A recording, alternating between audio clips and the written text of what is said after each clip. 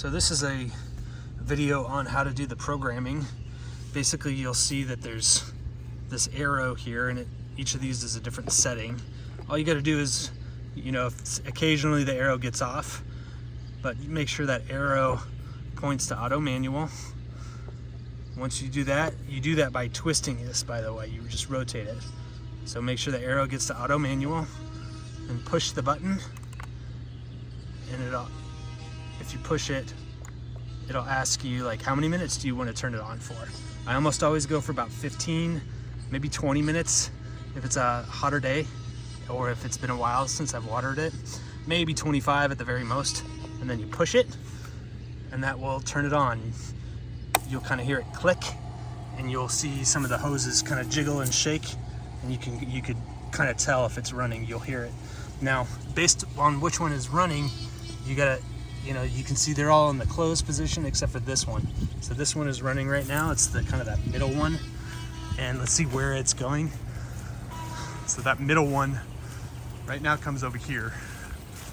So you can see sometimes this one gets off a little bit and it needs to be rotated or repositioned. So I'm gonna reposition it so that it kind of fully waters this. You'll see that it doesn't do a full rotation. It only does a little bit here. So sometimes you just kind of make sure that it's rotated there. So usually I'll do 15 or 20 minutes on this one. I'll do same, maybe 15 or 20 minutes on that one. Sometimes they have to be rotated between them. And that's really it. The only other thing that, of course, is that you would do these other beds. And again, the way to switch that up, it's a little tough to kind of get your hand underneath there. You kind of have to kind of squeeze your fingers underneath, but eventually you can kind of get it. And then this one's pretty easy to open because it's lower down. But you can see I opened that one. You open it by going vertical, and that caused the corner one to open. That's the corner lot. And again, if I want to shut it down, you can just turn it off there. And then lastly, I opened that one by going vertical. Again, it's a little hard to get these two middle ones, but that left middle one goes to this guy right here. So that's really it.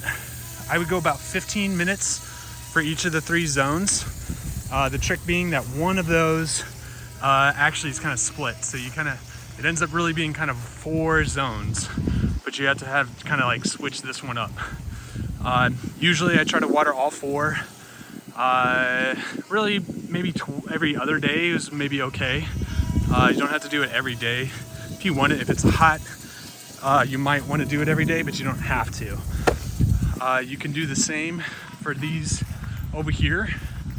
If you want to, over here, you can either do it via hand. There's a hand watering one that you can turn on, or if you don't want to kind of do it by hand, you could turn it on to the sprinkler, and the sprinkler will kind of spray over everything right now. So the sprinkler is kind of one of those ones you can do if you want to set it and forget it.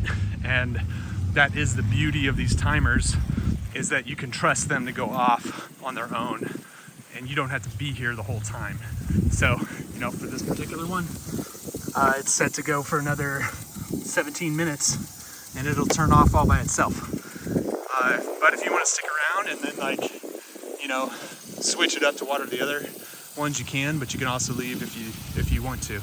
So that's really it. I'll do another video on some of the weeding and the other things.